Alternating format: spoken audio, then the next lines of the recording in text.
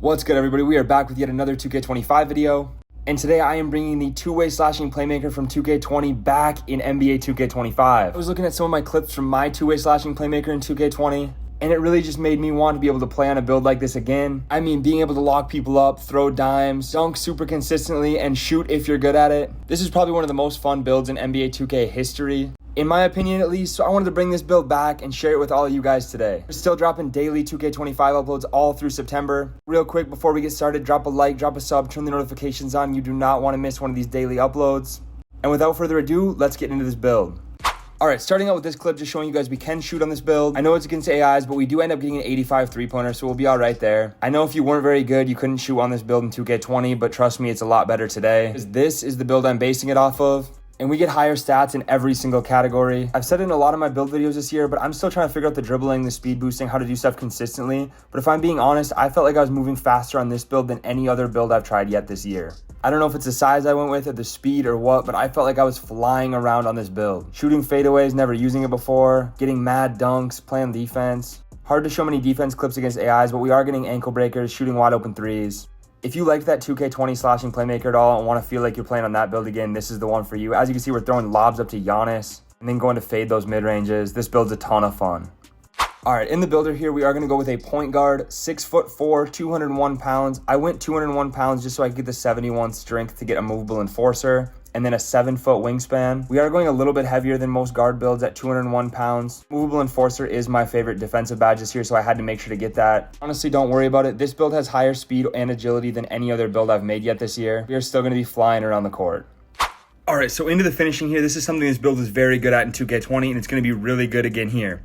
We're going to go with a 74 close shot, 77 driving layup, 89 driving dunk, and then for the purpose of this build, we're going to go ahead and leave standing dunk and post control right where they are. 89 driving dunk has been kind of the sweet spot this year.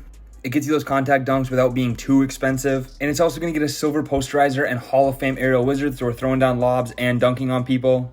That 77 driving layup with the strength I was talking about us having earlier is going to get us bronze physical finisher, bronze float game, and bronze layup mixmaster. I have quite a few builds with this layup range right around here, and it is honestly really good. I would turn on real player percentage if I was you guys. Timing the layups doesn't seem to be that good, but having real percentage layups on, they're going in a lot of the time. Now you'll see a little bit later on in the video, we do have 80 vertical, so if you wanted to use your cap breakers on this 89 driving dunk to get it to 93, it would give you the next level of contact dunks and gold posterizer. Definitely an option if you want to be more of a finisher, but I think I'm going to use mine on the defense. You'll see when we get there. Overall, though, with these finishing stats, this 6'4" is going to be dunking on everybody. And then onto the shooting, the only thing I upgraded here was that 85 three-pointer, and the mid-range and free throw came up with it. You guys saw from that 2K20 screenshot that I posted, the shooting on that build was like a 68 three-pointer or something, so we were looking a lot better than that. And our defensive and playmaking stats are going to be crazy too. Not to mention, 85 is more than enough to get it done this year. I've been saying that in all my videos too. 85 is probably the sweet spot for shooting. You get a ton of different jump shot bases and animations, as well as some badges like bronze limitless range, silver deadeye, which is insane this year, silver set shot specialist, and then bronze shifty shooter. If you did want to tweak this at all, you could go up to an 87 three-pointer just to be able to get silver shifty shooter. That badge really kicks in on every single shot you take. So in my opinion, I went with an 85, but if you think that might be better for you, or if you're having trouble shooting at all, you might want to do that. Just also going to mention this because people in other videos have asked about where else I would use cap breakers. I would not use cap breakers in the shooting category on this build. It's just not worth it, and putting it into other categories is much, much better.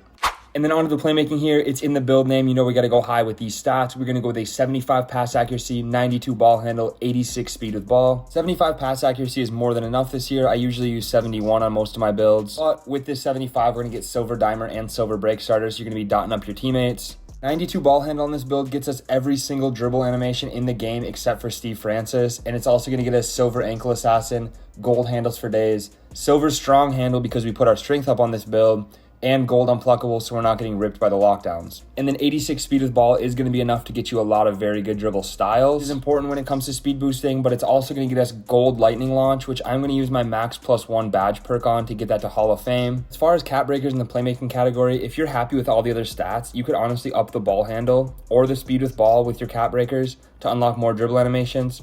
95 ball handle unlocks Steve Francis, and 90 or 91 speed of the ball unlocks a bunch more dribble styles. So if that's what you want to go with and you're satisfied with the stats that you already have, that's another option. But we aren't even to the good part yet. Let's check out the defense.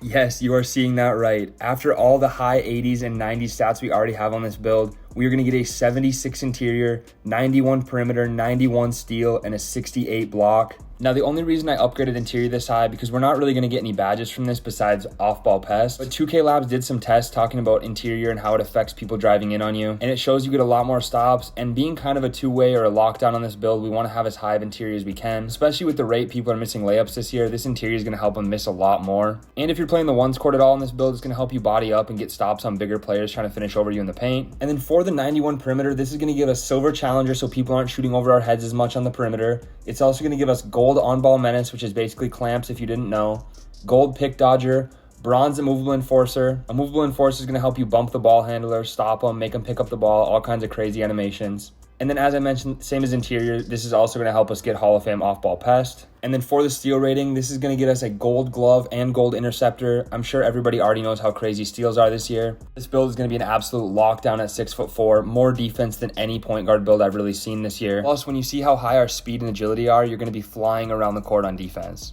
Now, either perimeter or steal, I might throw some cap breakers here when I unlock them, just to maybe get that Hall of Fame interceptor or the next level of on-ball menace. I just want this build to be as souped up on defense as it possibly can be, just like it was in 2K20. That being said, you already know we had to go with the 68 block. I want to get chase downs. I want to get blocks just like I did on that old build. And this is going to help us by giving us bronze high flying denier, which I think I will be using my tier 2 max +1 badge on to get that to silver, because I did the same thing on my 6'6" point guard and I started getting way more blocks on that build. To round out the defense here, I ended up going with a 60 defensive rebound. It might not seem like much, but it is going to get us bronze box out beast and bronze rebound chaser. And on a guard build, having those two badges is actually massive. It's going to help you box people out, get more boards, help out your centers. And if you're on the ones court, you're actually going to be able to grab a board here and there. Definitely worth the attributes, especially because of how cheap it is.